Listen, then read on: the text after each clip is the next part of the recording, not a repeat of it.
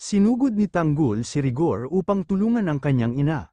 Pagkapasok ni Tanggol sa loob, agad niyang sinunggaban si Rigor, agad namang lumaban si Rigor ng suntok.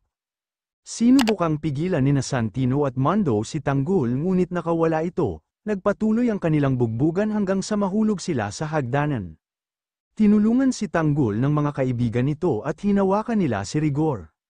Ginulpi niya si Rigor, hindi ito makalaban dahil sa higpit na pagkakahawak sa kanya ng mga kaibigan ni Tanggol. Hanggang napatumba nila si Rigor, hindi na matiis ni Tanggol ang kanyang bugso ng damdamin, kaya't bumunot siya ng baril at itinutok ito kay Rigor.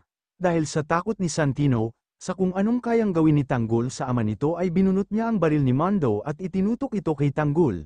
Ngunit sa di inaasahang pangyayari, nakalabit ni Santino ang baril. Nakita ito ni Marites at agad siyang humarang sa kinaroroonan ni Tanggol. Samantala, dahil sa natuklasan ni Olivia ay sumugod ito sa mga gerero, sinumbate niya si Pilar. Sabi ni Don Julio, anak niya raw ako. Nabigla si Pilar sa tanong ng anak, nagalit naman si Don Gustavo sa narinig. Binandeho mo ako, galit niyang tugon, papatayin kita. Hindi na nag-atubili si Pilar na sabihin ang katotohanan. Wala kang karapatan. Di ba ipinakasal mo ang Kay sa isa nating anak sa kabit mong si Jackie? Nabigla si Miguelito sa narinig at tinanong niya si Pilar kung anong ibig nitong sabihin. Hindi din naman nag-atubili si Don Gustavo na aminin ang katotohanan kay Miguelito. O anak kita kay Jackie, nagulat siya sa kanyang natuklasan. Hindi pala sila mag-ama ni Roberto kundi magkapatid.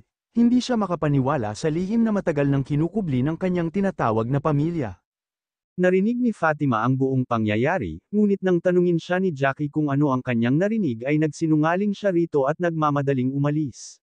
Sinabihan ni Miguelito ang ina nito na kailangan nilang iligpit si Fatima dahil marami na itong nalalaman.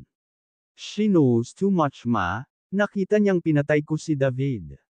Kaya inutusan ng mga gerero ang kanilang mga tauhan na iligpit si Fatima.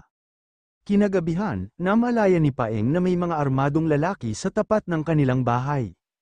Ilang sandali lang ay pinagbabaril na sila ng mga ito, agad siyang sumigaw ng dapa ngunit sa kasamaang palad na't amaan ang lola ni Fatima, ngunit sa kabila ng nakakatakot na pangyayari ay agad namang rumesponde ang kanilang mga kapitbahay, para tulungan ang pamilya ni Fatima. Kahit may mga armas ito ay hindi sila nag-atubiling tumulong, lumaban na rin si Paeng para iligtas ang kanyang pamilya sa kapahamakan. Maraming salamat po sa panonood. Huwag kalimutang mag-like, share and subscribe at i-click ang notification bell para updated kayo sa ating susunod na kwento. Thank you and God bless.